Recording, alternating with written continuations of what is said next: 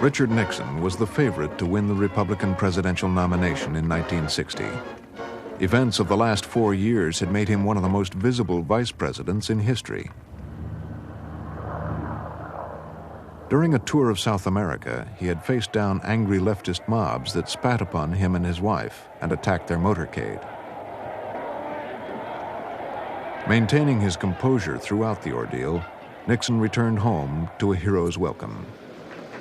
And in Moscow, he had confronted the leader of the communist world, Nikita Khrushchev, in an impromptu televised debate. There must be a free exchange of ideas. There are some instances where you may be ahead of us. For example, in the development of the thrust of your rockets for the investigation of outer space. There may be some instances, for example, color television, where we're ahead of you. But in order for both of us to benefit, you see, you never concede anything. Nixon's combination of toughness and humor played well back home. In July 1960, Republicans embraced him as their presidential candidate.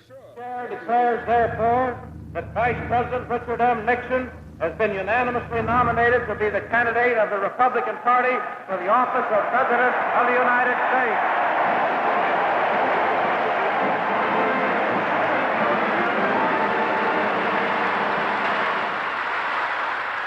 Just 14 years after he was tapped by a group of small-town businessmen to run for Congress in California, Richard Nixon stood at the top of his party. As he mapped out an ambitious 50-state campaign, he was challenged by his opponent, John F. Kennedy, to a series of televised debates, the first in American history. Even when hospitalized for 2 weeks with a knee injury, Nixon remained confident, anxious for the debates to begin, eager once again to use television to talk directly to the voters. At the time, there was a feeling that this overall might be a mismatch. Nixon was the candidate who had more prominence, who had been a member of the House, a member of the Senate, and the Vice President of the United States. Kennedy, he didn't have a particularly strong reputation in Congress. There was some feeling that he was, to some extent, a playboy, that he wasn't too serious a senator. So I think people felt that Nixon had the edge, and I think Nixon felt that he had the edge. The candidates need no introduction. The Republican candidate, Vice President Richard M. Nixon, and the Democratic candidate, Senator John F. Kennedy. According to rules set by the candidates themselves, each man should... The Nixon-Kennedy debates would forever change the way Americans chose their presidents. Political rallies and old-fashioned handshaking became much less important than the image on the television screen. You must understand that Nixon himself had said, I don't want any makeup on for these particular debates.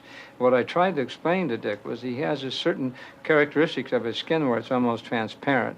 And it was a very nice thought to say, I don't want any makeup, but that he really needed it in order to have what we would call even an acceptable television picture. And of course, JFK, here he'd been riding in motorcades all over California with the top down. He looked like a bronze warrior when he came into Chicago. He really did. Mr. Nixon comes out of the Republican Party. He was nominated by it. And it is a fact that through most of these last 25 years, the Republican leadership has opposed federal aid for education, medical care for the aged. I know what it means to be poor. I know what it means to see people who are unemployed. I know Senator Kennedy feels as deeply about these problems as I do. But our disagreement is not about the goals for America, but only about the means to reach those goals. The first debate was costly to Nixon. The radio audience thought he had won, but the largest television audience in history had seen the vice president haggard and drawn, and had been given its first sustained look at the Kennedy style. Kennedy had a great charm for not only the voters, but also for the press. The press corps had sort of a love affair with Jack Kennedy, and no matter what things we might do to make things better, we could serve a hot meal, they would serve a cold meal, and the press would like the cold better. And so that he felt he was running up against impossible odds. And I say we can't afford to have the White House as a training ground for an inexperienced man who is rash and impulsive. This administration has failed to recognize that in these changing times, with a revolution of rising expectations, sweeping the globe, the United States has lost its image as a new, strong, vital, revolutionary society. I have been to Russia and I've seen it. I've been to the United States and I've seen it.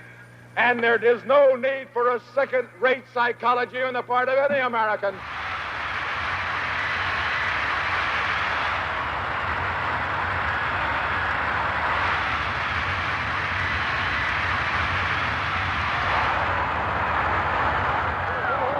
Mr. Vice President, what did you think of your reception today? Well, of course, it was the greatest of the campaign, and I think this means that we're on the way to victory in New York. How about you? You agree? Oh, it was wonderful.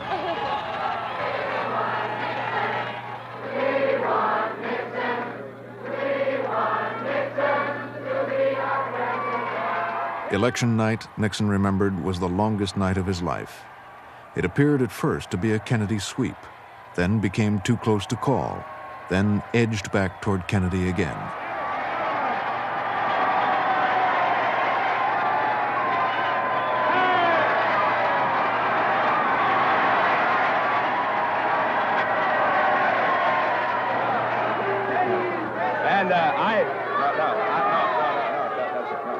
Please, just a minute. And as I look at the board here, while there are still some results still to come in, if the present trend continues, if Mr. Kennedy, Senator Kennedy, will be the next president of the United States.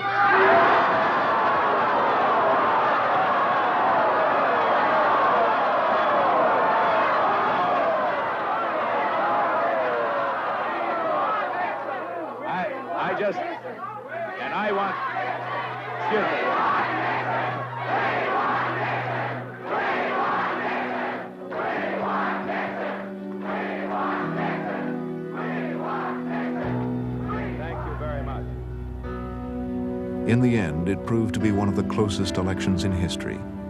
Kennedy won by only 100,000 votes, and charges of Democratic fraud were widespread. Much of the winning margin came from Lyndon Johnson's Texas and Richard J. Daley's Chicago, but Nixon refused to demand a recount. If it failed to change the results, he wrote, charges of sore loser would follow me through history and remove any possibility of a further political career. Richard Nixon is forever embittered by the experience and taken with the example. I think feels that never again will he be caught short, never again will his opponents outdo him, and never again will he trust the ordinary, normal, and honest devices of American politics to function as they're supposed to.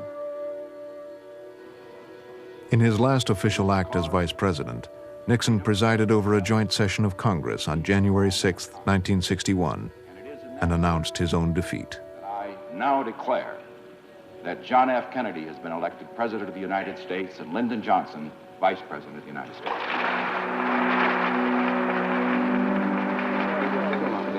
I'm enjoying sitting up here with you. I, John Fitzgerald Kennedy, do solemnly swear that I will faithfully execute the office of President of the United States and will, to the best of my ability, preserve, protect, and defend the Constitution of the United States, so help me God.